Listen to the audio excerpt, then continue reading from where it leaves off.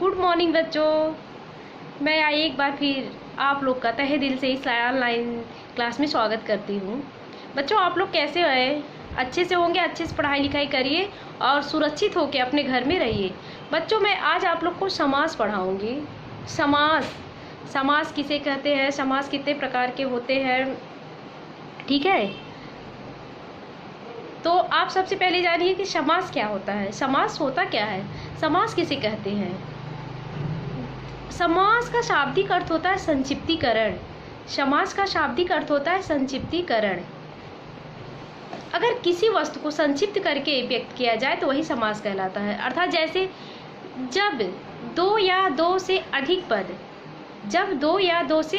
पद परस्पर मिलकर एक नया शब्द बनाते हैं। जब दो या दो से अधिक शब्द मिलकर एक नया शब्द बनाते हैं तो वही समास कहलाता है। जब दो या दो से अधिक शब्द परस्पर मिलकर नया शब्द बनाए और उसमें विभक्ति का लोप हो जाता है।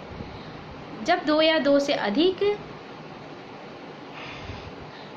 बनाए और विभक्ति का लोप होता है तो उसे समास कहते हैं, ठीक? जैसे विशाल बाहु यशस्स। जैसे पीतम अम्बरस यशस्स, ठीक? बेटा, समास 6 प्रकार के होते हैं। समास 6 प्रकार के होते हैं। अव्ययी भाव समास, तत्पुरुष समास, बहुब्री समास, द्विगु समास, द्वंद्व समास, कर्मधारय समास, ठीक? समास कितने प्रकार के होते हैं? 6 प्रकार के। अव्ययी भाव समास, तत्पुरुष समास, कर्मधारय समास, बहुब्री समास, द्विगु समास और द्वंद्व समास। तो इसमें इसको याद कैसे करेंगे? इसको याद करने का एक आसान तरीका बताएं। इसको आप लोग कॉपी में मत लिखिएगा, इसको दिमाग में लिख लीजिएगा और उसी से आप लोग समास को अच्छी तरह से याद कर सकते हैं। जैसे अब तक दादा,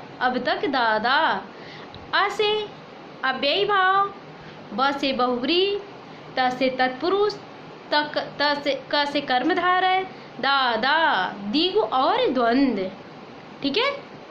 फिर से अ से अव्ययी भाव, ब से बहुब्री, त से तत्पुरुष, क से कर्मधारय, दादा द्विगु और द्वंद्व, ठीक है? अब तक दादा, इसको याद करिएगा, कॉपी मत लिखिएगा, ठीक? नहीं, नंबर कट जाएगा। ये तो मैं आपको याद करने के लिए बता दे रही हूँ, ठीक है? आपको याद हो गया अब तक दादा। समास के 6 भेद याद हो गए।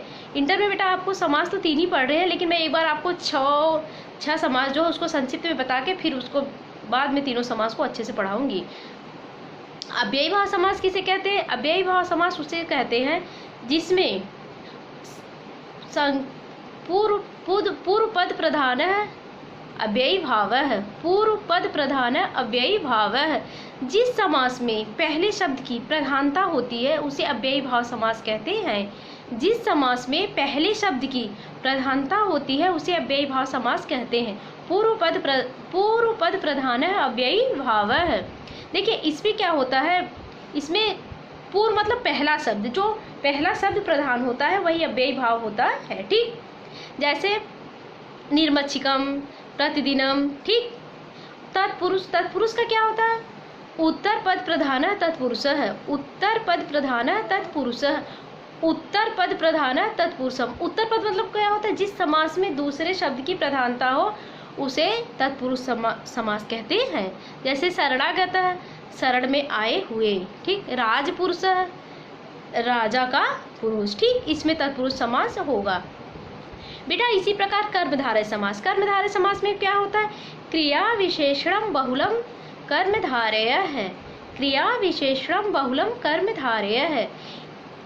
जिस समास में क्रिया की विशेषता या विशेषण बताया जाए, किसी चीज की किसी चीज से तुलना की जाए, वहां पे कर्मधारय समास होगा। जैसे चंद्रमुखम, तो मुख की तुलना किससे की जा रही है? चंद्रमा से की जा रही है। मुख की तुलना किससे की जा रही है? चंद्रमा से की जा रही है। यहाँ पे आपका कर्मधारय समास होगा, ठीक? मुख की तुलना किससे की जा रही है? चंद्रमा से की जा रही है, अर्थात यहाँ पे कर्मधारय समास होगा, ठीक है बेटा? समझ में आ रहा है ना? अब देखिए, अन्य पद प्रधानो बहुब्री। जिस समास में न पहले शब्द की प्रधानता हो न दूसरे शब्द की प्रधानता हो, बल्कि अन्य पद की प्रधानता होगी, बल्कि अन्य पद की प्रधानता होगी, वहाँ पे बहुब्री समास होगा।